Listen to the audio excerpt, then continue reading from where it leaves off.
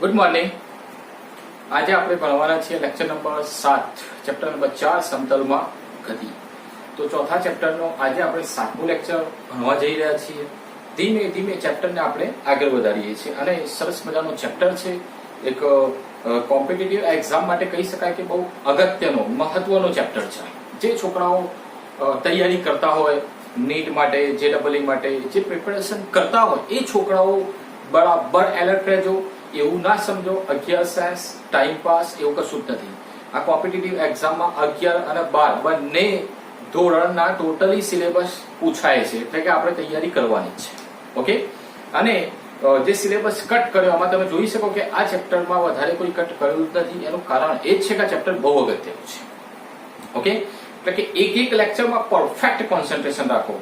હાલાકી લાસ્ટમાં એક વાત બીજી કહેવી હતી તમને કે અમુક સ્ટુડન્ટ ગભરાઈ જાય છે. ઓનલાઈન લેક્ચરમાં આઈ થિંક 60% તમને લગભગ ખબર પડતી હશે. આઈ હોપ કે રેગ્યુલર ચાલુ થશે તો તમને કોઈ તકલીફ નહીં પડે. બટ હાલ જે સિચ્યુએશન છે એ પ્રમાણે આપણે હાલ કામ લેવું પડે છે. એટલે શક્ય હોય તો સમજવાનો પ્રયત્ન કરો. જે રીતે અમુક સિચ્યુએશન હું તમને એક એક્ઝામ્પલ આપું કે તમે વિડીયો જોતા હોય, ઘણા છોકરાઓ જે મોબાઈલ લઈને બેઠા હોય, વિડીયો ચાલુ હોય લેક્ચર, અને બિલકુલ લેક્ચર જોતા જોતા આ બાજુ જોતા હોય કે શું થયું, શું કરો છો, આ બાજુ ધ્યાન હોય. 25 બાજુ તમે નજર રાખો તો પછી મોબાઈલની અંદર થઈ ગયું વિડીયો, કશું જ ના ખબર પડી ના પડે. તમારું ધ્યાન મોબાઈલની અંદર લેક્ચરમાં હોય તે એવું જસ્ટ ઇમેજિંગ કરો કે તમે અંદર જ બેઠા છો ક્લાસમાં. કોઈ શું કા બહાર શું કે છે તમને કશું ખબર જ ના હોય. લેક્ચર પછી તમે કંઈક થયું એવી સિચ્યુએશન હોવી જોઈએ તો ખબર પડશે. આ ઉપર ઉપર ખાલી વિડીયો જો નહીં ચાલે. હવે સમજાવવાનો પ્રયત્ન તો એવું જ કરી જેવું ક્લાસમાં કરીએ છીએ, પણ એટલું દિલથી તમારે કામ કરવું પડશે, એટલું મગજ લગાવીને ભણવું પડશે અને અન્ડરસ્ટેન્ડિંગ પ્રિપેરેશન કરો. કોકવાન નથી કોઈ બી વસ્તુ. મેં કંઈક કહીએ ને ફિઝિક્સમાં ઇમેજિંગ કરી લેવાનું, યાર સામે દેખાવું જોઈએ વસ્તુ. સમજો છો? હા, ચલો ઠીક છે. હવે મોટિવેશનલ લેક્ચર ચાલુ થઈ ગયો. ઓકે, તો લાસ્ટ લેક્ચરમાં આપણે જે સ્ટડી કર્યું હતું જેમાં ઘણી બધી પ્રેક્ટિસ કરી, આપણે દાખલા બી કરાયા હતા સરસ મજાના. આઈ હોપ કે તમને ખબર પડી હશે. હવે આજનું જે લેક્ચર છે એ લેક્ચર લગભગ મારા ખ્યાલથી દરેક સ્ટુડન્ટ માટે બહુ મહત્વનો છે, કેમ કે 24 ચેપ્ટર, 14 ચેપ્ટર જે છે એમાંથી નીટમાં આજનો જે ટોપિક છે એમાંથી 2 પ્રશ્નો બી પૂછાઈ જાય, નક્કી નહીં. હાલાકી એક તો હોય જ છે, એક પ્રશ્ન તો ફિક્સ જ છે, પણ 2 બી આવી જાય. તો પ્રક્ષિપ્ત ગતિ ભણવાના આપણે. કઈ ગતિ ભણવાના? પ્રક્ષિપ્ત ગતિ, પ્રોજેક્ટાઇલ મોશન. પરફેક્ટ ધ્યાન રાખજો, કોન્સન્ટ્રેશન હોવું જોઈએ. પ્રક્ષિપ્ત ગતિ ભણવાના, એમાંથી નીટમાં એક પ્રશ્ન હોય ને હોય જ. તો જો આપણે પરફેક્ટ ટોપિક જ સમજી લઈએ આખા લેક્ચરમાં, આજે હું પ્રક્ષિપ્ત ગતિની ચર્ચા કરી આખા લેક્ચરમાં, જો આવડી જાય તો પછી કોઈ ક્લાસ મોટા કંઈક વધારે લોડ લેવાની કશું જરૂર નથી. તમે નીટના પેપર જુઓ, ચોપડીઓ છે તમારી આ NCERT પડે છે ખબર બધા. ઓકે, તો આપણે સ્ટાર્ટ કરીએ. ટાઈમ વેસ્ટ નથી કરવું. ચલો, are you ready? Yes. Okay, તો આપણે આજે એક જ ટોપિક ભણવાના. એક જ ટોપિકમાં આખું લેક્ચર જશે, પણ એક ટોપિક એટલે મસ્ત ટોપિક છે, ધ્યાન રાખજો. પ્રક્ષિપ્ત ગતિ, જેને ઇંગ્લિશમાં શું કહેવાય? પ્રોજેક્ટાઇલ મોશન. બરોબર? પ્રક્ષિપ્ત ગતિ, પ્રોજેક્ટાઇલ મોશન. તો મેં સૌથી પહેલા એની વ્યાખ્યા લખી છે કે કોઈ પણ, જો અહીંયા લખેલું છે, કોઈ પદાર્થ હોય એને તમે ફેંકો અને એને ફેંકવામાં આવે તો ગુરુત્વાકર્ષણ તો ખબર છે જે પૃથ્વી પોતાની તરફ પકડી રાખે છે. આપણે બધા ગુરુત્વાકર્ષણ પરથી જકડાયેલા છીએ ને, નહીં તો હવામાં ઉડીએ પડે છે ને ખબર. કોઈ વસ્તુ તમે ઉપર ફેંકો તો ક્યાં આવવાની? નીચે. કોના કારણે? ગુરુત્વાકર્ષણના કારણે. તો કોઈ પદાર્થને ફેંકવામાં આવે તો ગુરુત્વાકર્ષણની અસર હેઠળ પદાર્થની જે ગતિ થાય છે એ ગતિ એટલે શું કહેવાય? એને પ્રક્ષિપ્ત ગતિ કહેવાય. આ બધી વ્યાખ્યા છે, એ સાથે વ્યાખ્યા કશું જ ના ખબર પડી, કંઈ જ ના ખબર પડી, કંઈ જ. હું તમને સમજાવું છું. ચલો, હવે આપણે રિયલ લાઈફમાં આવી જાઓ કે પ્રક્ષિપ્ત ગતિ આપ તમને ખબર પડી જ જશે કે સાહેબ હા વ્યાખ્યા ખબર ના પડે, સમજાવું છું બરાબર સમજો. માની લો કે તમે કોઈ બાઇક પર બેઠા છો, સમજો તમે બાઇક ઉપર બેઠા છો. એક દરાને તમે હવામાં ઉછાળો છો, તો તમે ઉપર ઉછાળો દરાને તો તમારા હાથમાં આવશે એટલે પાછું તમે કેચ કરી લેવાનું. યસ નો કરતા રહેજો, બરાબર ધ્યાન રાખો. તમે દરો કેચ કરી લીધો, ઓકે, કઈ મેટર નથી. આમાં તો સાહેબ કઈ નવી વાત હતી? કશું નહીં. પણ માની લો કે બાઇક ચાલતી છે, બાઇક ચાલે છે અને તમે પાછળ બેઠા છો બાઇક પર, તમે દરાને ઉછાળો છો, તો તમને શું લાગે છે? દરો તમારા હાથમાં આવે, આગળ જાય કે પાછળ રહી જાય? લોજિકથી જવાબ આપો. વિચાર્યું, ઘણા લોકોએ વિચાર્યું હશે, કોકે કીધું પાછળ પડ્યું સાહેબ, દડો કાં તો આગળ પડ્યું હશે, પણ જવાબ શું આવે? તમારા હાથમાં જ આવે. એનું કારણ શું છે કે જ્યારે બાઇક રનિંગમાં હોય ત્યારે તમે દડાને ઉપર ઉછાળો તો બાઇકની ગતિના કારણે એક ધક્કો લાગે છે દડા પર. તમે ધક્કો નહીં મારો, તમે તો ઉછાળો છો, એના ઉપર બળ જ લગાવો, પણ એક ગતિના કારણે બાઇક આગળ વધતી હોય તો એના ઉપર ધક્કો લાગે છે દડા ઉપર, તો એ દડો આ રીતે ગતિ કરશે. સમજો, આ રીતે ગતિ કરશે અને ગતિ કરી તમારી બાઇક આગળ આવી જશે, સીધું તમારા હાથમાં જ આવશે. સિચ્યુએશન એવી છે કે દડો પ્રક્ષિપ્ત ગતિ કરે છે કે એના ઉપર એક ફોર્સ લાગે છે, બળ લાગે છે. તમે એક વસ્તુ વિચારો કે ચલો હજી તમને ના ખબર પડી તો લોજિક, ફૂટબોલની ગતિ. ફૂટબોલ તો જોયા હશે ને, ફૂટબોલ કઈ રીતે પ્લે કરતા હોય છે, ફૂટબોલની રમત. તો એમાં ફૂટબોલને જ્યારે બોલર કિક મારતો હોય પ્લેયર, તો એ કિક મારે ત્યારે ફૂટબોલ આ રીતે ગતિ કરે છે. બરાબર છે? ખબર, આ રીતે ગતિ કરે છે. અહીંથી ફૂટબોલને કિક મારી હોય તો ફૂટબોલ આ રીતે ગતિ કરે છે. એને શું કહેવાય? પ્રક્ષિપ્ત ગતિ કહેવાય. ક્રિકેટ જોતા હશો, સિક્સર મારી અથવા બાઉન્ડ્રીની તરફ સિક્સર મારે ખેલાડી, તો એ બોલ પણ પ્રક્ષિપ્ત ગતિ કરીને જાય છે. તો ઇન શોર્ટમાં આ બધી વ્યાખ્યાઓ તમને કેમ આપું? તમને લોજિક ખબર પડે કે પ્રક્ષિપ્ત ગતિ એટલે કે આ રીતે જે ફૂટબોલની ગતિ છે. પડી ખબર? તો તમને વ્યાખ્યા ખબર પડી છે, પ્રક્ષિપ્ત ગતિ કહેવાય. ઓકે, તો એ જ વ્યાખ્યા અહીંયા પ્રક્ષિપ્ત ગતિ વિશે સમજાય છે. બીજી એક વસ્તુ તમને કહી દઉં ખાસ, કે આપણા થોડાક વર્ષો એટલે કે 3 વર્ષની લગભગ વાત હશે, બનાસકાંઠાની અંદર પૂર આવ્યો. તમને ખબર હતું, બધા પાણી ઘર બધું પાણી ભરાઈ ગયું હતું. એવા પૂરની સિચ્યુએશનમાં હેલિકોપ્ટરથી આપણા મુખ્યમંત્રી સાહેબ જે ફૂડ પેકેટ બનાવીને આપવા ગયા હતા, રૂપાણી સાહેબ જે છે, તો એ ફૂડ પેકેટ બનાવીને આપવા ગયા. તો એ સ્થિતિમાં તમને ખબર છે કે ઘરમાં પાણી ભરાયેલો પૂરની સ્થિતિ હતી બનાસકાંઠાની અંદર. તો ફૂડ પેકેટ એ ફેંકતા હતા, મીન્સ કે લોકો ધાબા ઉપર ચડી ગયા હોય ને લોકો, તો શું કરે? ફૂડ પેકેટ આ રીતે ફેંકતા હોય એટલે બધા કેચ કરી જે ખાવા પીવાનું થઈ જાય છે. હવે તમે વિચારો કે એની અંદર સ્થિતિ એવી રીતે હોય કે લોજિક છે સિમ્પલ. માની લો કે તમારું જે ધાબા ઉપર પબ્લિક ઊભી છે એ ધાબાની આસપાસ નીચે તો પાણી છે. હવે હેલિકોપ્ટર ધાબા ઉપર પહોંચે ત્યારે પેકેટ ફેંકે ઉપરથી, તો શું એ હાથમાં આવી જાય? ના આવે, આગળ પડી જાય. એનું એક કારણ લોજિક છે કે હેલિકોપ્ટરમાંથી જ્યારે ફૂડ પેકેટ ફેંકે ત્યારે હેલિકોપ્ટરની ગતિના કારણે એના ઉપર ધક્કો લાગે, એટલે ફૂડ પેકેટ આમ ફેંકતા હોય તો આમ જાય સીધું. એટલે તમે વિચારો કે ધાબો ત્યાં હોય દૂર, તો અહીંથી ફૂડ પેકેટ ફેંકી દેવું પડે, તો આમ પ્રક્ષિપ્ત ગતિ કરીને ભાઈ સાહેબ કોકને મરી જાય. આવી સ્થિતિ થાય. પડે છે ને ખબર કે એકલો સમજુ તો પ્રક્ષિપ્ત ગતિ કહેવાય. હાલાકી ખાલી આ તો સમજાયું, યાદ આવી ગયું એટલા માટે. તો પ્રક્ષિપ્ત ગતિની વ્યાખ્યા છે કે કોઈ પદાર્થને તમે ઉછાળો, ફૂટબોલની ગતિ, ક્રિકેટ બોલની ગતિ વગેરે કે તમને જો આ રીતે ફટકાર્યા હોય તો પ્રક્ષિપ્ત ગતિ કરીને પડી શકો. ખાલી કહું છું. તો એ ગતિને શું કહેવાય છે? ગુરુત્વાકર્ષણની અસર હેઠળ થાય છે. બીજી વસ્તુ, સમક્ષિતિજ અચળ વેગી ગતિ અને ઉર્ધ્વ દિશામાં અચળ પ્રવેગી ગતિ. હવે પ્રક્ષિપ્ત ગતિ બે ગતિઓનો મિશ્રણ છે. જે નામ છે ને પ્રક્ષિપ્ત ગતિ, એમાં બે ગતિઓ છે અલગ અને બેને ભેગી કરીને એક બનાવી. તો બે અલગ ગતિઓ છે એવી માહિતી કોણે આપી? તો ગેલિલિયો નામના વૈજ્ઞાનિકોએ આપી.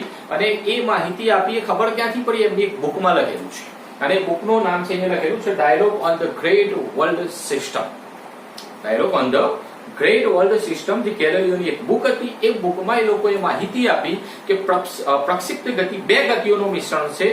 સમક્ષિતિજ અચળ વેગી ગતિ અને ઉર્ધ્વ દિશામાં અચળ પ્રવેગી ગતિનું મિશ્રણ છે. સાહેબ એકલા ભણો, સમજાવું છું તમને, બરાબર ધ્યાન રાખજો. પ્રક્ષિપ્ત ગતિ બે ગતિઓનું મિશ્રણ છે. હવે બે ગતિ કઈ જો? એક તો સમક્ષિતિજ અચળ વેગી ગતિ, એટલે તમે વિચારો કે તમે ફૂટબોલને કિક મારો છો તો ફૂટબોલ આ રીતે ગતિ કરે છે, આ રીતે, સમજો. એટલે કે ફૂટબોલ ઉપર વી જશે અને સીધો વી જાય છે. એટલે બે વસ્તુ થઈ. ઉર્ધ્વ દિશામાં એટલે ઉપર જવું, અને સીધો જવું એટલે સમક્ષિતિજ કહેવાય. તો ફૂટબોલ ઉપર ગયો એટલે ઉર્ધ્વમાં ગયો, અને સીધો જાય છે એટલે સમક્ષિતિજ બી જાય છે. તો જ્યારે ફૂટબોલ સીધો જતો હશે ત્યારે કઈ ગતિ કરે છે? અચળ વેગી ગતિ. એટલે એનો વેગ કેવો હશે? અચળ હશે. હવે અચળ વેગ હોય ત્યારે પ્રવેગ કેટલો હોય? 0. તમારી ગાડીમાં વેગ એટલે સમજો છો ને યાર, 40 ઉપર દોડતી હોય અને 40 ઉપર જ તમારે કન્ટિન્યુ રાખ્યો તો એક્સેલરેટર પ્રવેગ આપવાની જરૂર ખરી નથી, તો પ્રવેગ 0 હોય. તો જ્યારે ફૂટબોલ સીધો જાય છે ત્યારે એનો પ્રવેગ 0 છે, પણ વેગ અચળ છે. પણ જ્યારે ફૂટબોલ નીચે આવતો હશે પાછો, ત્યારે એનો પ્રવેગ 0 નહીં હોય, કેમ કે દડો ઉપર જાય તો ગુરુત્વ પ્રવેગ, નીચે આવે તો ગુરુત્વ પ્રવેગ, પણ સીધો જાય ત્યારે પ્રવેગ 0 છે. કન્ફ્યુઝ થઈ ગયા. ઓકે, તો સમજો છો ને અહીંથી કે સમક્ષિતિજ અચળ વેગી ગતિ ક્યારે સીધો જતો હોય ત્યારે, અને ઉર્ધ્વ દિશામાં અચળ પ્રવેગી એટલે કે ઉપર જાય ત્યારે પ્રવેગી ગતિ, નીચે આવે ત્યારે પ્રવેગી, પણ સીધો જાય ત્યારે અચળ વેગી ગતિ. તો બે ગતિઓનું મિશ્રણ હતું. ફરી ખબર? તો પહેલા અચળ પ્રવેગી ગુરુત્વ પ્રવેગની અસર હેઠળ અચળ પ્રવેગી ગતિ, પછી અચળ વેગી ગતિ સમક્ષિતિજ, પાછું અચળ પ્રવેગી. પડી ખબર? ત્રણ ભાગ પડે આખી ગતિના. ફૂટબોલની આખી ગતિના કેટલા ભાગ પડે? ત્રણ. પહેલા ઉપર ગયો ત્યારે અચળ પ્રવેગી ઉર્ધ્વ દિશાવાળી, પછી સીધો આવ્યો થોડો એટલે કે અચળ વેગી, અને પાછું નીચે આવે છે તો અચળ પ્રવેગી. એટલે બે જગ્યાએ અચળ પ્રવેગી છે અને વચ્ચે અચળ વેગી ગતિ છે. તો બે ગતિઓનું મિશ્રણ છે. ફરી ખબર? તો ઉપર જતો હોય ત્યારે પ્રવેગ 0 થાય નહીં, પણ સીધો જતો હોય ત્યારે પ્રવેગ 0, પણ પાછો નીચે આવે ત્યારે પ્રવેગ 0 થાય નહીં. તો પ્રવેગ કયો હોય? ગુરુત્વ પ્રવેગ હોય. કેમ કે તમને ખબર છે કે દડો નીચે આવતો હોય તો નીચે નેગેટિવ y-અક્ષ કહેવાય, એટલે a બરાબર આપણે શું લઈએ છીએ? -g. અને j કેપ એટલા માટે કે y-અક્ષની દિશામાં આપણે એકમ સદિશ j કેપ લખીએ છીએ. ફરી ખબર? તો એ રીતે કન્ટિન્યુઅસ જે ગતિ થાય એને શું કહેવાય? પ્રક્ષિપ્ત ગતિ કહેવાય. બહુ અગત્યનું લેક્ચર, બરાબર ધ્યાન રાખજો. એક જ ટોપિક છે ખાલી, પ્રક્ષિપ્ત ગતિ આખા લેક્ચરમાં સમજાય. ચલો ક્લિયર છે આટલા સુધી? ઓકે. બીજી વસ્તુ ધ્યાન રાખજો કે આપણે શું કરીએ હવે પ્રક્ષિપ્ત ગતિના કેટલાક ફોર્મ્યુલા, કેટલાક સૂત્રો સાબિત કરવા છે. તમે ધ્યાનથી જુઓ તો મેં અહીંયા લખ્યા છે 10 સૂત્રો છે. જો 1 2 3 4 5 6 7 8 9 અને 10 ફોર્મ્યુલા છે. હવે ઘણા લોકો તો ગભરાઈ ગયા છે કે સાહેબ 10 સૂત્રો કરવાના છે. ગોખવાનું કશું જ નથી. જો તમને આખી ખાલી એટલી વાત યાદ હોય કે આના પ્રક્ષિપ્ત ગતિ કેવું બધું અંદર ઇમેજિન કરો, તમને આમ સૂત્રો યાદ આવવા જોઈએ. ફરી ખબર? ઓકે, ચાલો ધ્યાન રાખજો. માની લો કે XY સમતલ છે, XY સમતલ, એની અંદર અહીંથી કોઈ પદાર્થને આપણે પ્રક્ષિપ્ત ગતિ કરાવીએ છીએ. એ પદાર્થ v0 જેટલા પ્રારંભિક વેગથી આપણે કિક મારી, ફૂટબોલને કિક મારી સમજી લો, અથવા તો કોઈ બી પદાર્થને પ્રક્ષિપ્ત ગતિ કરાવીએ છીએ. તો એ પ્રક્ષિપ્ત ગતિ આ રીતે કરે છે. હવે જે ઇનિશિયલમાં એનો પ્રારંભિક વેગ છે, તો શરૂઆતમાં પ્રક્ષિપ્ત ગતિ કરતો પદાર્થ હોય તો કિક મારવાની છે, એટલે એનો વેગ તો 0 નહીં હોય ને, ફટકારો છે એટલે વેગ તો હશે ને, સ્પીડ તો એની વેગ કેટલી છે? v0 જેટલો એનો વેગ છે. હવે આ જે પ્રારંભિક વેગ છે એ x અક્ષની સાથે કેટલો ખૂણો બનાવે છે? θ0. ધ્યાન રાખજો, આપણે સૂત્રો બનાવીએ છીએ બરાબર. રેડી? ઓકે. અહીંથી પદાર્થને કિક મારી, એ પદાર્થની ઝડપ v0 છે, પણ આ ઝડપ સ્પર્શકની દિશામાં. તમને ખબર છે કે વેગ હંમેશા ક્યાં હોય? સ્પર્શકની દિશામાં. કોઈ પણ બિંદુ આગળ, અહીંયા કહું તો સ્પર્શકની દિશામાં, અહીંયા કહું તો સ્પર્શકની દિશામાં.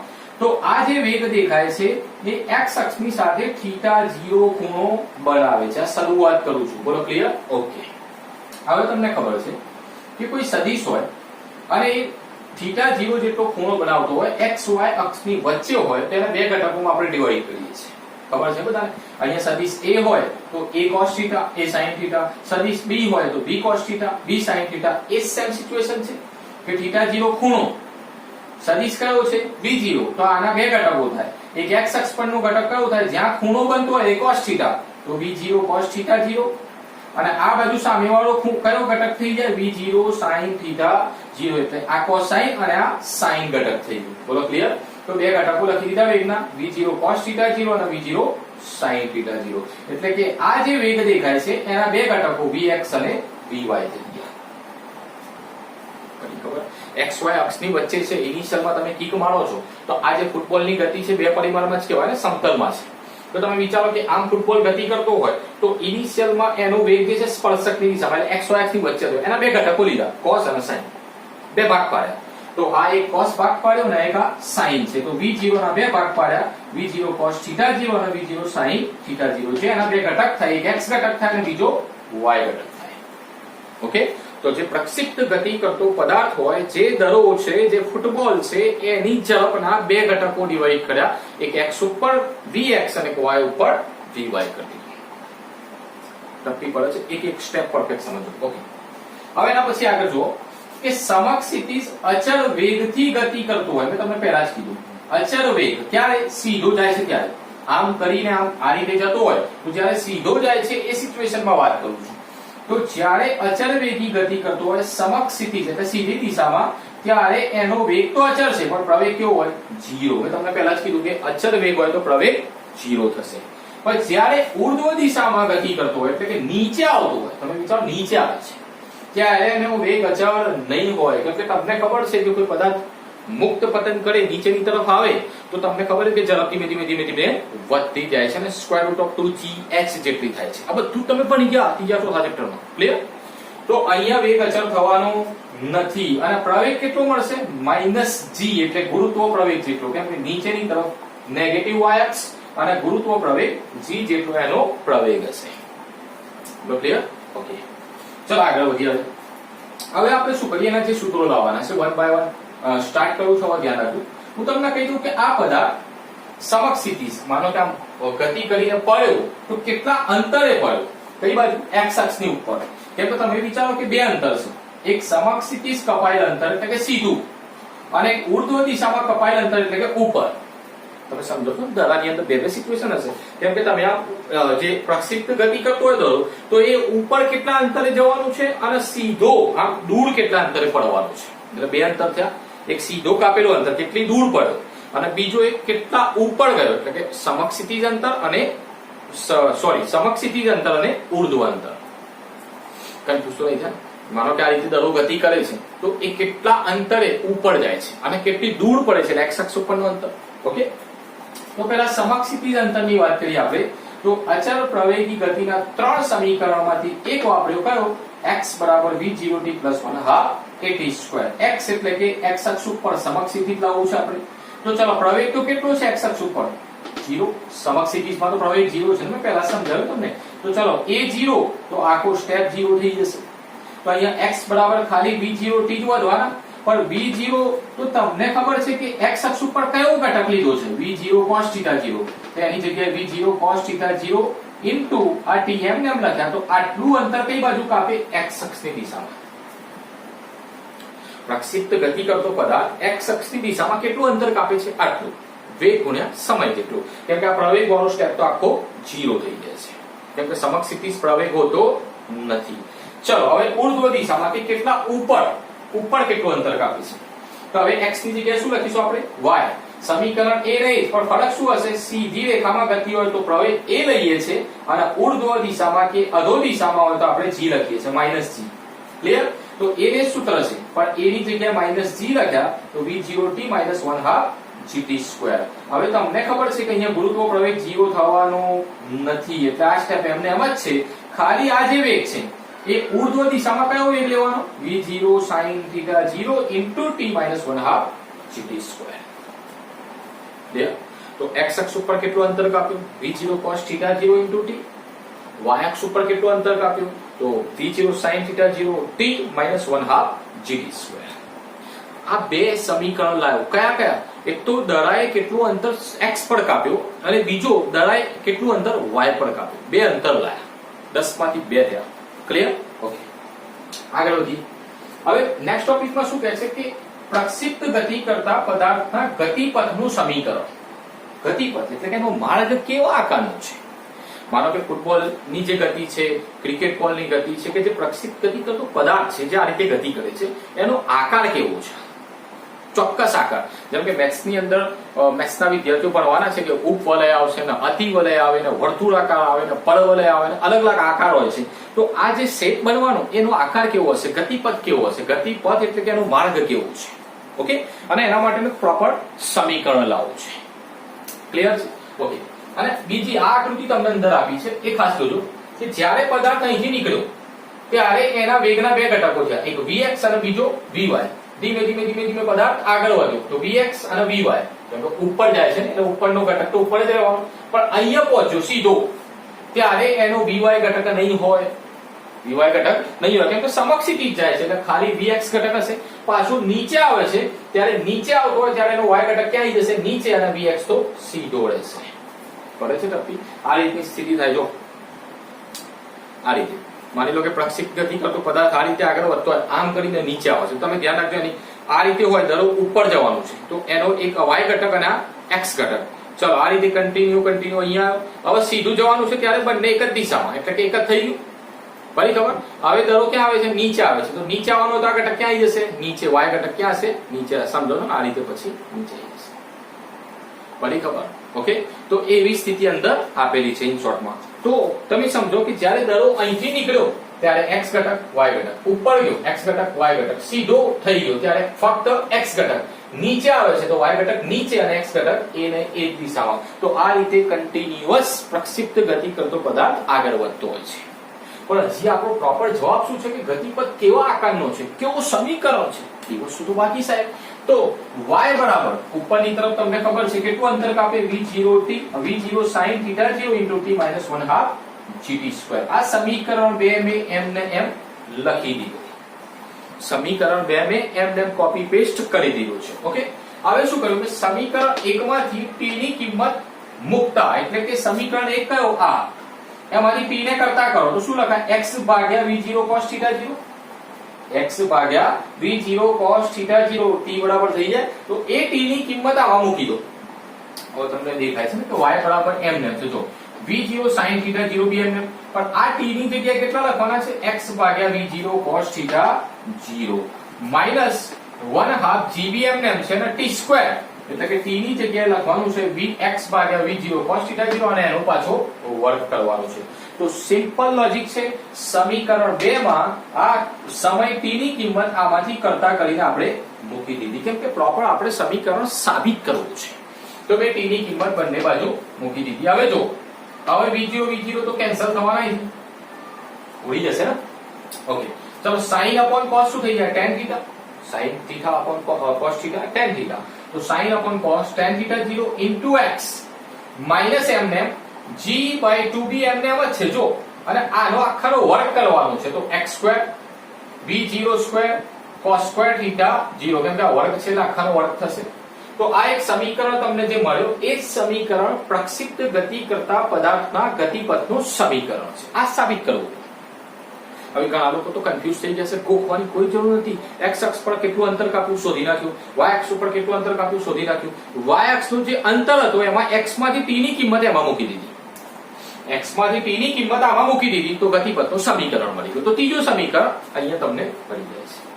હવે તમને એમ થાય કે સાહેબ સમીકરણ તો લાયા પણ કેવો આકાર છે, શેપ કેવો છે એ તો ના ખબર પડી. તો એના માટે તમને શું આપેલું છે? જો આ સમીકરણ y બરાબર ax bx², એટલે કે મેથ્સ વાળા છોકરાઓને ખબર હશે, હું તમને કઈ રીતે સમજાવું. તમારે યાદ રાખવાનું કે મેથ્સ ની અંદર એવું આવે છે કે y બરાબર ax bx² કોઈ સમીકરણ હોય તો એનો આકાર કેવો હોય છે? હંમેશા પરવલયાકાર માર્ગે ગતિ કરે છે.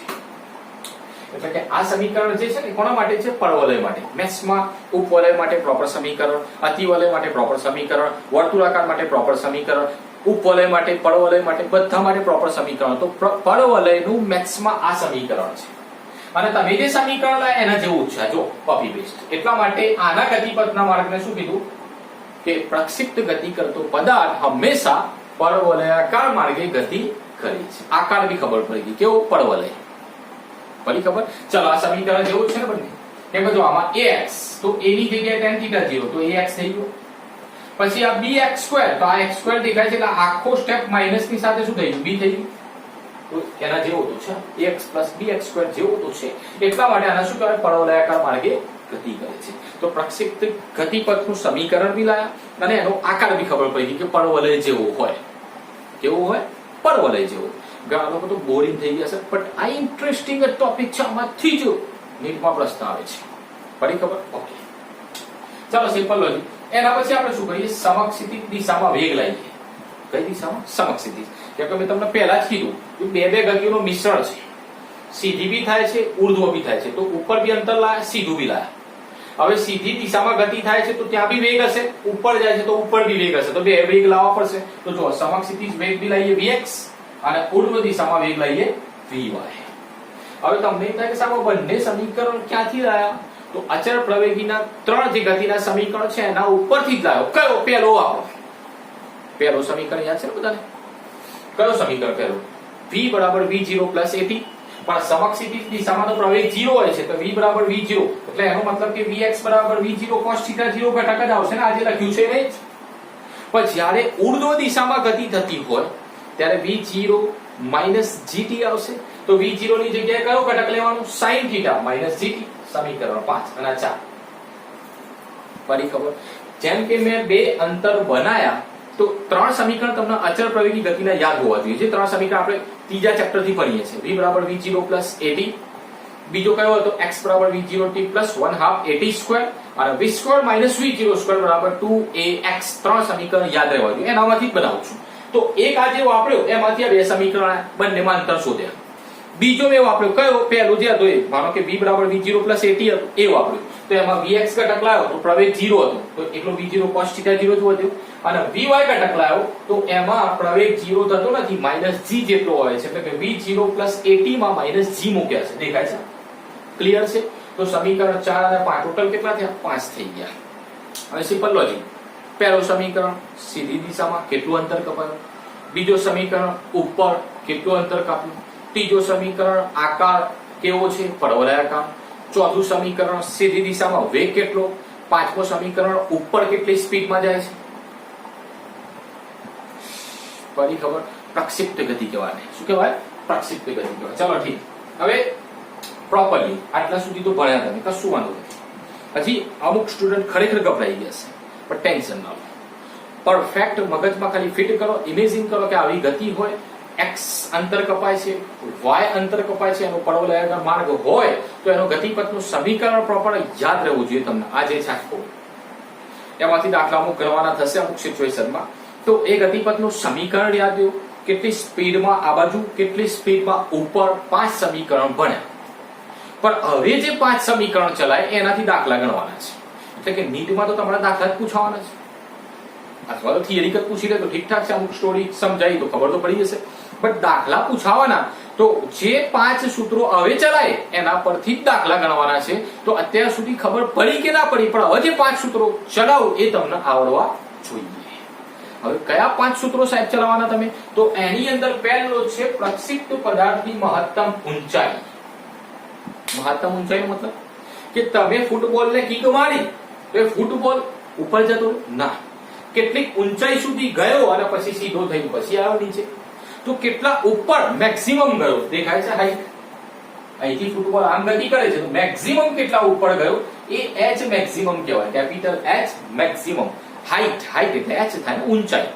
મહત્તમ ઊંચાઈ h મેક્સિમમ છે અને એને hm કરીને લખ્યું, એને સ્મોલ hm લખ્યું છે, એ જ મેક્સિમમ હાઈટ જ છે.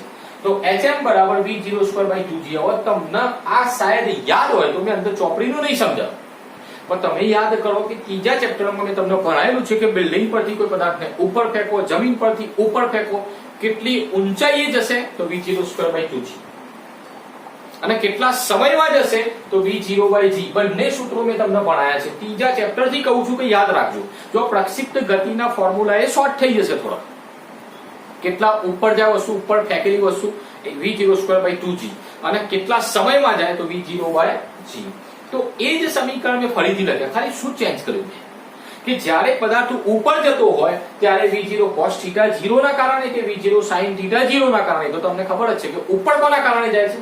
v0 sin θ 0 ઘટકના કારણે. તો અહીંયા જો v0 ની જગ્યાએ ખાલી v0 સ્ક્વેર sin સ્ક્વેર θ 0 ભાગ્યા 2g એ જ સૂત્ર છે, ખાલી આ ઘટક કયો લખ્યો મેં? ઉર્ધ્વ ઘટક લખ્યો sin θ વાળો. અને આવી એ સમીકરણ છે જો v0 ફક્ત ઘટક કયો લખ્યો? ઉર્ધ્વ, એટલે કે v0 sin θ 0 બાય g. તો આ એક સૂત્ર થઈ ગયું મહત્તમ ઊંચાઈનો, અને એ ઊંચાઈએ જવા માટે લીધેલો સમય tm બરાબર v0 sin θ 0 બાય g થશે. બે સૂત્રો સાથે થયા. એક સૂત્ર કયો? કેટલા ઉપર ગયો, મેક્સિમમ હાઈટ. બીજો સૂત્ર કયો? કેટલા સમયમાં ગયો. તો આ મેક્સિમમ હાઈટ અને સમય બંને સૂત્રો આપણે કરી નાખ્યા શોર્ટમાં. કોના કારણે? આ બે સૂત્રો યાદ હતા એના કારણે. That's better. એ સારું છે ને આપણા માટે. તો કેટલા ઉપર ગયો અને કેટલા સમયમાં ગયો બેટર છે.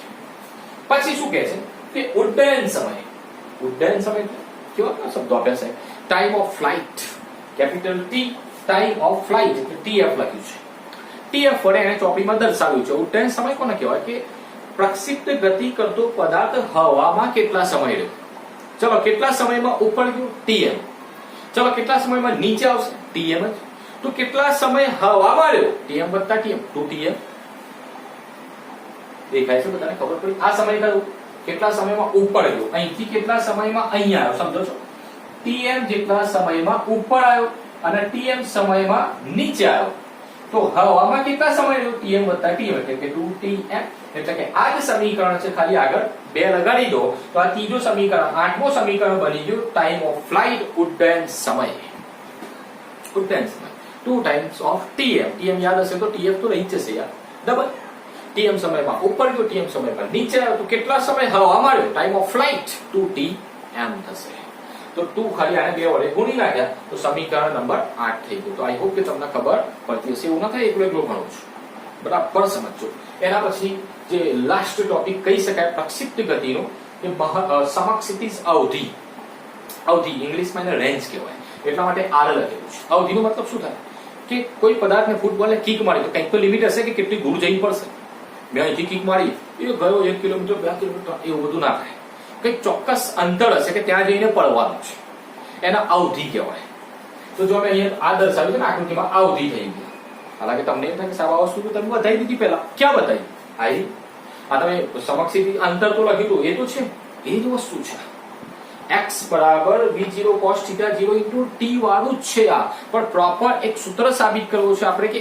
x અક્ષ ઉપર લીધો નો ડાઉટ કશું વાંધો નહીં એ સૂત્ર રિપીટ કરીએ પણ આપણે પ્રોપર શું કરીએ કે x ની જગ્યાએ મેં શું લખ્યું છે r લખ્યું છે દેખાય છે તમને x ની જગ્યાએ મેં શું લખ્યું છે r લખ્યું છે અવધિ રેન્જ અને v0 cos θ 0 બી એમ જ છે તો અહીંયા સમક્ષિતિજ કપાયેલ અંતર કેટલું અંતર કપાય વેગ બરાબર અંતર ભાગ્યા સમય તો અંતર બરાબર વેગ ગુણ્યા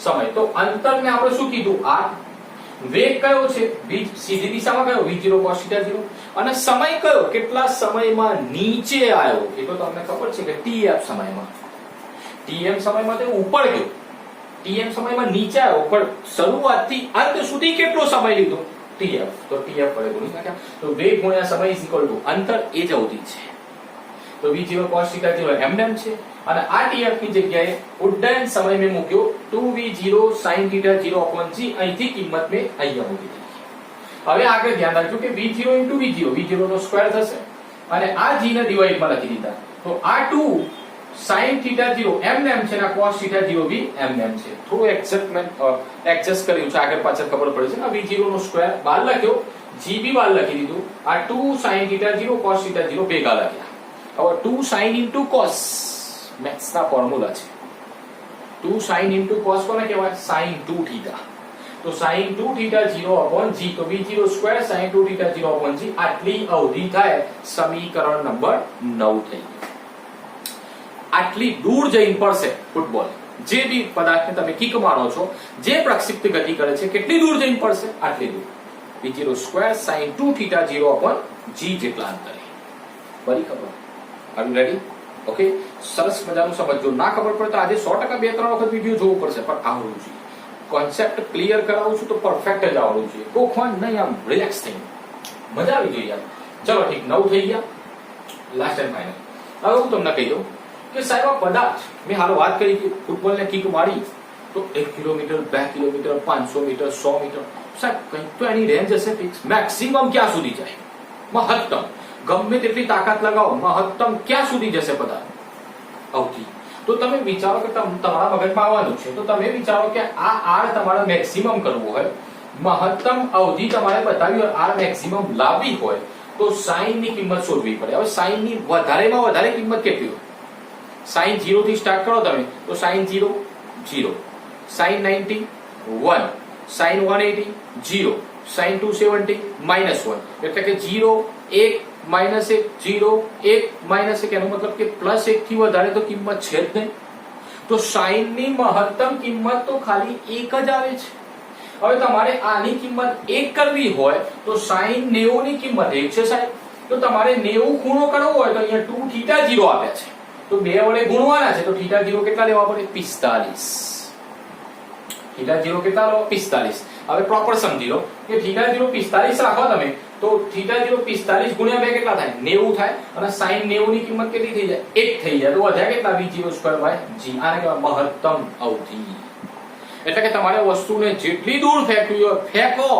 કોના પર આધાર રાખે છે v0² તાકાત ઉપર વેગ ઉપર કેટલી સ્પીડમાં ફેંકો છો એના ઉપર ખૂણાને કોઈ લેવા દેવા નથી એ તો જો મહત્તમ બરાબર 1 કરીને કાઢી નાખે મહત્તમ અવધિ કેટલી થાય v02 બાય g જેટલી.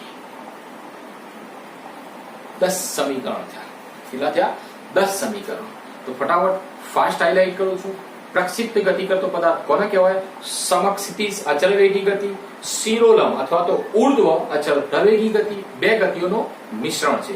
જ્યારે પદાર્થ સીધો જતો હોય ત્યારે એનો પ્રવેગ 0 હોય અને જ્યારે નીચેની તરફ આવતો હોય ત્યારે એનો પ્રવેગ ગુરુત્વ પ્રવેગ જેટલો હોય.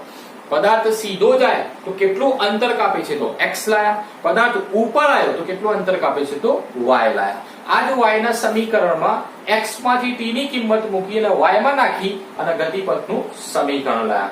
જે ગતિપથનું સમીકરણ પરવલય આકાર એટલે કે પરવલયના સમીકરણ જેવું જ બને છે, એટલા માટે કહી શકાય કે પ્રક્ષિપ્ત ગતિ કરતો પદાર્થ પરવલય માર્ગે ગતિ કરે છે. પછી આપણને એમ થયું કે પદાર્થ મહત્તમ કેટલી ઉપર ગયો? તો v02 બાય 2g ના સૂત્ર ઉપરથી v02 sin ઘટકના કારણે એટલે કે v02 sin square theta 0 by 2g જેટલો ઉપર ગયો. કેટલા સમયમાં ગયો? તો v0 બાય g, જેને આપણે sin થીટા ઘટક સાથે જોડી દઈએ તો v0 sin theta 0 by g સમયમાં. તો જેટલા સમયમાં ઉપર ગયો એટલા સમયમાં નીચે આવ્યો તો 2tm સમયને કહેવાય ટાઈમ ઓફ ફ્લાઇટ, ઉડ્ડયન સમય. કેટલા સમય હવા મળ્યો તો એને 2 વડે ગુણી નાખો તો v0 sin થીટા 0 ઉપર g થશે. કેટલી દૂર જઈને પડ્યો તેને કહેવાય અવધિ. તો દૂર એટલે કે અંતરની વાત છે તો વેગ ગુણ્યા સમય. તો સીધી દિશામાં વેગ cos થીટા વાળો અને સમય એટલે કેટલા સમય પછી આવ્યો તો tf સમય પછી. જે tf અહીંથી ઉઠાઈને અહીંયા મૂક્યો તો 2 sin cos sin 2 થીટા કર્યા, જેમાં થીટાની કિંમત જો 45 મૂકો તો sin 90 થઈ જાય, જે 1 થાય. એટલે કહી શકાય કે મેક્સિમમ અવધિ v02 બાય g જેટલી હોય છે. તો આઈ હોપ તમને ખબર પડી જશે. સિમ્પલ લોજિક છે. કેટલી દૂર ગયો, x કેટલી ઉપર ગયો, y કેટલી સ્પીડમાં ગયો, vx કેટલા સ્પીડમાં ઉપર ગયો, vy ગતિપથનું પ્રોપર સમીકરણ લાયા, કેટલી ઊંચાઈએ ગયો, હાઈટ લાયા, કેટલા સમયમાં પહોંચ્યો, tm લાયા, કેટલા સમયમાં નીચે આવ્યો, tf લાયા અને કેટલી દૂર જઈને પડ્યો, r લાયા, અવધિ લાયા. આને કહેવાય પ્રક્ષિપ્ત ગતિ. જો પ્રક્ષિપ્ત ગતિ તમારા મગજમાં બિલકુલ ફિટ થઈ ગઈ ને તો નીટમાં 4 માર્ક્સ તો પાકા છે ફિઝિક્સમાં. ડન. જે ડબલઈમાં બી આમ આવડવા જોઈએ યાર ગમે જેવા દાખલા. હવે તમે સિમ્પલ લોજિક લગાવો કે આ સમીકરણમાં ગુરુત્વ પ્રવેગ તો 9.8 હોય છે g અથવા તો 10 લઈએ છીએ આપણે. રકમમાં આપ્યો તો 10, ના આપ્યો તો 9.8. g ની કિંમત તો ફિક્સ, ગુરુત્વ પ્રવેગ તો બદલાવાનો નથી.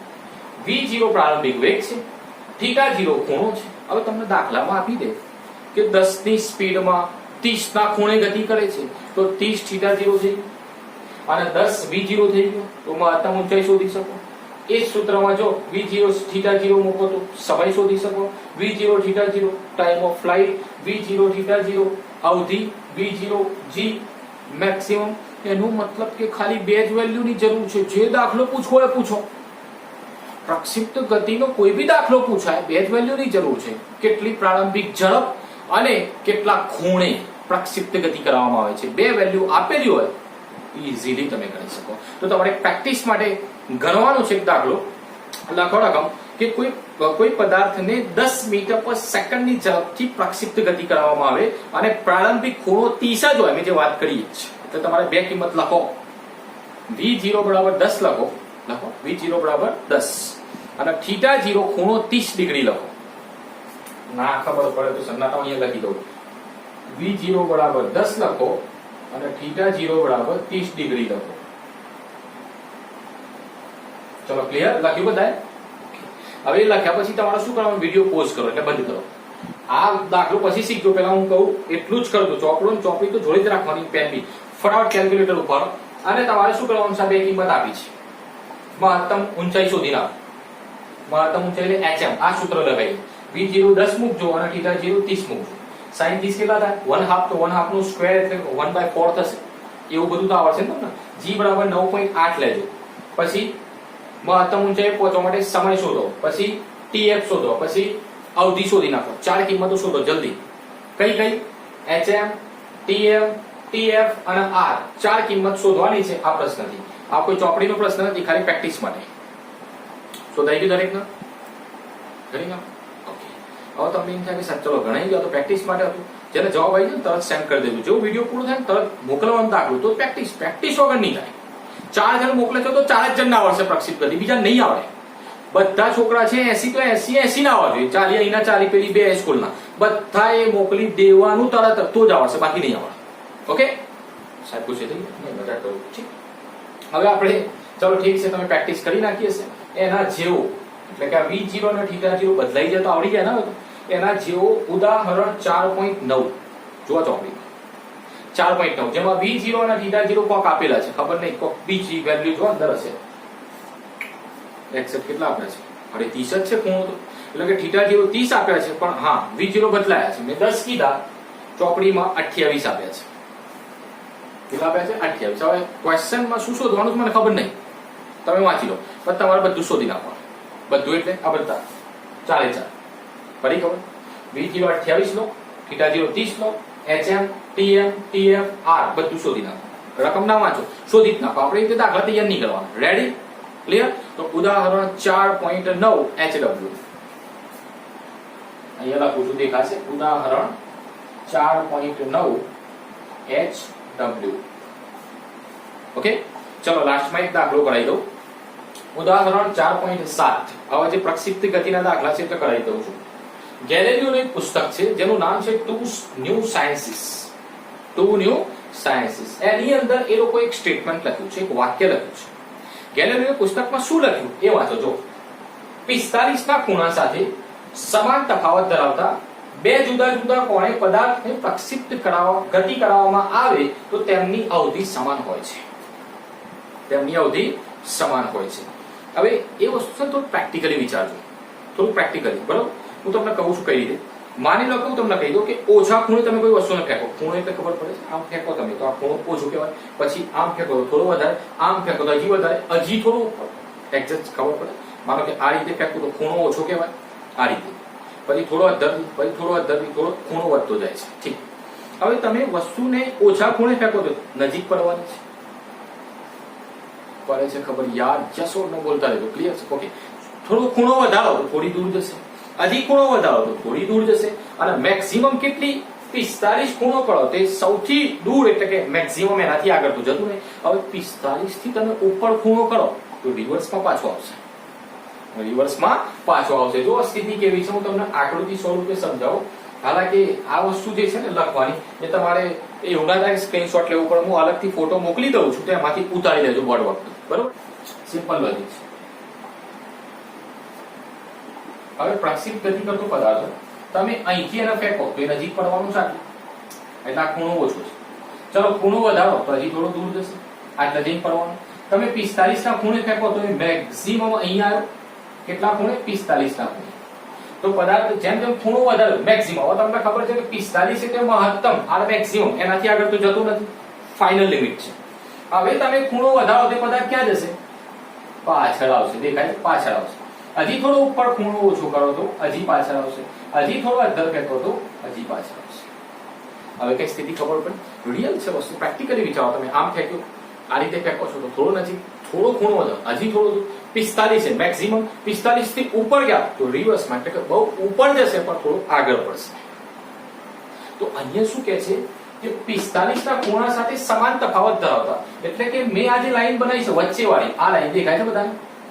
બરાબર સમજો આકૃતિમાં ખાસ. આ જે વચ્ચે વાળી લાઈન છે એ ખૂણો કેટલો બનાવે છે? 45. હવે આ લાઈન થી બંને બાજુ, આ લાઈન થી બંને બાજુ એટલે આ બાજુ બી આલ્ફા, ઉપર બી આલ્ફા અને નીચે બી આલ્ફા. જો દેખાય છે? ઉપર બી આલ્ફા ખૂણો, નીચે બી આલ્ફા ખૂણો, એટલે બંને બાજુ સમાન ખૂણો કે છે. સમાન તફાવત ધરાવતા બે જુદા જુદા કોણે પડે છે ખબર? એટલે કે આ બાજુ આલ્ફા ખૂણો છે, આ બાજુ આલ્ફા ખૂણો, બંને બાજુ સમાન તફાવત છે. અહીંયા શોધો. ઓકે. હવે તમે વિચારો કે આ 45 છે ટોટલ, તો આ જે R2 અવધિ છે એના માટે આ ખૂણો કેટલો થાય? વિચારો તમે. આ 45 માંથી આલ્ફા બાદ કરો એટલે કે 45 માઈનસ આલ્ફા થાય. અને આ જે ઉપરવાળી R1 અવધિ માટે કેવું હોય તો અહીં સુધી 45 વત્તા આલ્ફા, તો આખો ખૂણો કેટલો થાય? 45 પ્લસ આલ્ફા જેટલો થશે. ઘણા લોકો તો આકૃતિ કૂચડું થઈ ગયું હશે, પણ તમને ખબર પડી હશે તો આવડી જ જશે. આ જે વચ્ચેવાળી લાઈન છે કેટલા ખૂણે છે? 45. એનાથી આ નીચેવાળી આલ્ફા, ઉપરવાળી આલ્ફા. હવે આ નીચેવાળી છે એ નીચે કેટલો ખૂણો બનાવે છે? તો આ 45 હતું એમાંથી આલ્ફા બાદ કરો એટલું. અને ઉપરવાળી કેટલું બનાવે છે? 45 પ્લસ આલ્ફા જેટલો ખૂણો બનાવે છે. એટલે કે એક એંગલ લેવાનું છે 45 પ્લસ આલ્ફા અને બીજો એંગલ લેવાનું છે 45 માઇનસ આલ્ફા. ક્લિયર? તો 45 પ્લસ આલ્ફા કોના માટે? R1 માટે, અને 45 માઇનસ આલ્ફા કોના માટે? R2 અવધિ માટે. એટલે કે આ પદાર્થની અવધિ શોધી નાખીએ, આ પદાર્થની અવધિ શોધી નાખીએ, બે શોધી નાખીએ. તો અવધિ ગણવા માટેનું સૂત્ર આપણને ખબર છે, v02 sin 2 θ 0 g. પણ θ 0 કેટલા લેવાના છે? 45 પ્લસ આલ્ફા. તો મૂકી દીધા મેં. હવે આ બે ને અંદર ગુણી નાખો તો 45 ગુણ્યા 2 90, અને 2 આલ્ફા અંદર થઈ જશે. તો sin 90 પ્લસ θ શું થઈ જાય? cos θ.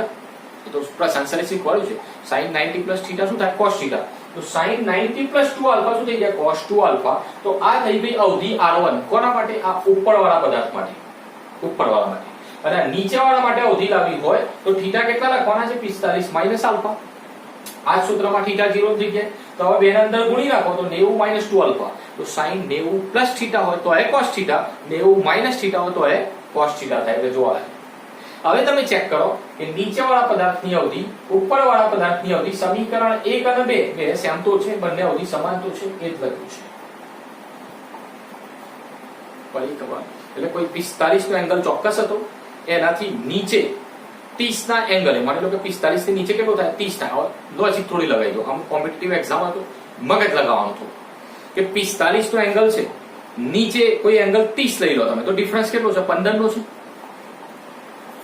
પડે છે ખબર? 45 એ તમે આ 45 લા વચ્ચે વાળી લાઈન. ઓકે, હવે આ જે નીચે વાળી લાઈન છે તમે 30 લઈ લો. કેટલા લઈ લો? 30. તો તમે વિચારો કે x અક્ષ સાથે તો કેટલા વધ્યા? તો આ જે ડિફરન્સ છે, આ 45 છે, આ લાઈન તમે 30 રાખો તો આ તો 15 વધે ને, તો ઉપરવાળી બી 15 થાય. તો ઉપર 45 પ્લસ 15 એટલે 50 થાય. એટલે કે 45 ના ખૂણેથી પાછળ 15 લઈ જાઓ, આગળ 15 લઈ જાઓ, એટલે કે 30 રાખો કે 45 પ્લસ 15 60 રાખો. પણ બંને વસ્તુ 30 પદાર્થને ફેંકો તો અહીંયા પડે, 60 પદાર્થને ફેંકો તો થોડું ઉપર જશે, પણ ત્યાં જ પડે. બંનેની અવધિ સમાન હોય, ડિફરન્સ ઇક્વલ હોવું જોઈએ. ડિફરન્સ, તફાવત. અગેન રિપીટ કરું છું, 45 માઇનસ 15 30, 45 પ્લસ 15 60. 30 ફેંકો તો 10 મીટર પડે, 60 ફેંકો તો એ 10 મીટર પડે. અવધિ સમાન જ. 10 મીટર એટલે ચોક્કસ નહીં, ખાલી એક્ઝામ્પલ માટે કહું છું. પડી ખબર? જે વિદ્યાર્થીને ખબર પડી, એકદમ ક્લિયર પડી હશે, સમજાવવાનો મેં મસ્ત જ પ્રયત્ન કર્યો છે. તો સમજો, આજનો લેક્ચર તમને એવું લાગે સાહેબ કંટાળો આવ્યો, ના મજા આવી, પણ એવું કશું જ નથી. પ્રક્ષિપ્ત ગતિ ટોપિક સારો ટોપિક છે. તો સમજવા જે વિદ્યાર્થી સમજવું હશે, જોરદાર સમજી ગયું હશે. તો આ એક સ્ટેટમેન્ટ આપ્યું એમના પુસ્તકમાં, અને આ એક સાબિતી મેં બતાવી. હાલાકી બુકમાં તો એક્સપ્લેનેશન શોર્ટમાં લખીને આપી દીધું છે.